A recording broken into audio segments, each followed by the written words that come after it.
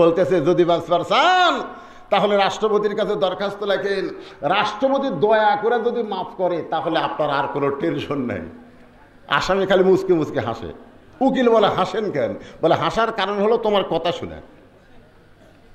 উকিল কয় কে রে, আর ফাঁসি হবি রে, তাও হাসে।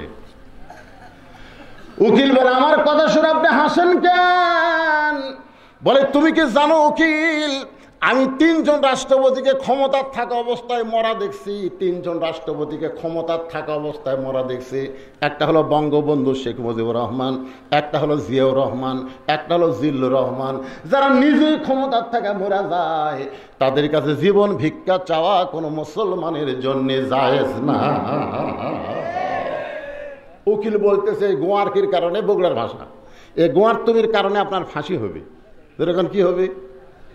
আসামি মুচকে মুচকে হাসার বলে ফাঁসি হবে কিন্তু আমার মৃত্যু হবে না, ফাঁসি হবে কিন্তু মৃত্যু হবে না।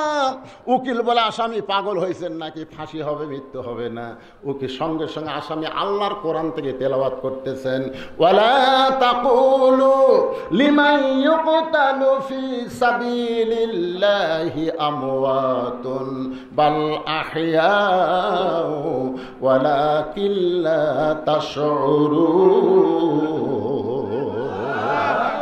আল্লাহ রাস্তায় যাদেরকে ফাঁসি দেওয়া হয়, আল্লাহ রাস্তায় যাদেরকে হত্যা করা হয় তাদেরকে তোমরা মৃত্যু বলো না, আমি আল্লাহ বলতেছি তারা জীবিত। জোরে বলেন তারা কি? তাহলে জীবন যাবে, আল্লাহ ছাড়া অন্য কারো কাছে যাবে না। ও পথিক, তুমি যদি মুসলমান হও তাহলে তুমি দুধ চাইছো কার কাছে?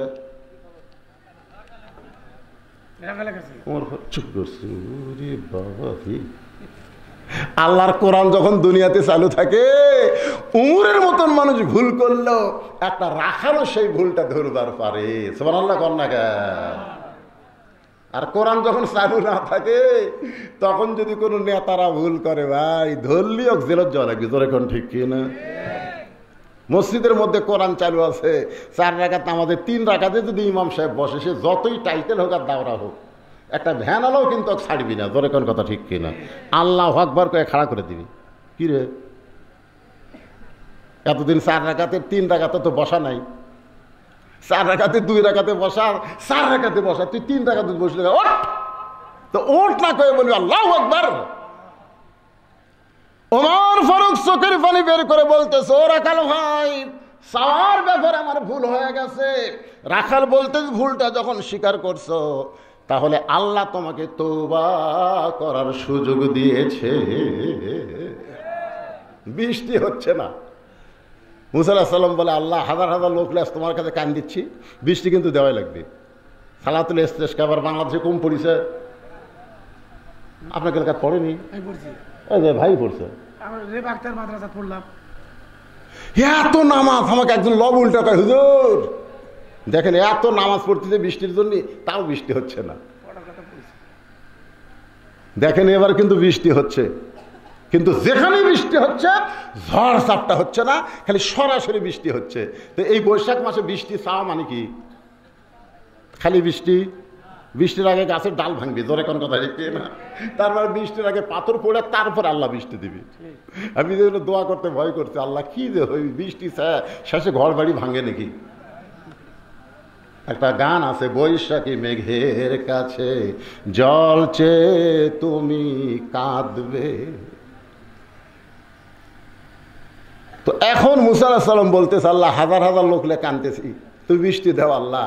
আল্লাহ কাছে সারা জীবন কাঁদলেও বৃষ্টি হবে না। মুসা বলে, আল্লাহ অপরাধ কি?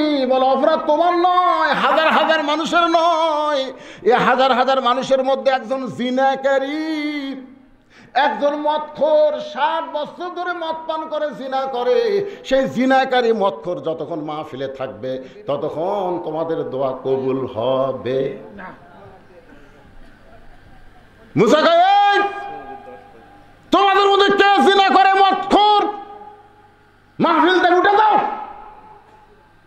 সঙ্গে সঙ্গে লোকটা মাথায় ঘোমটা দিয়ে বলে, মাবুদ 60 বছর জিনা করছি, মদ পান করছি, তুমি গোপন রাখলা, আর আজকে এতগুলা মানুষের মধ্যে তুমি প্রকাশ করে দিবা।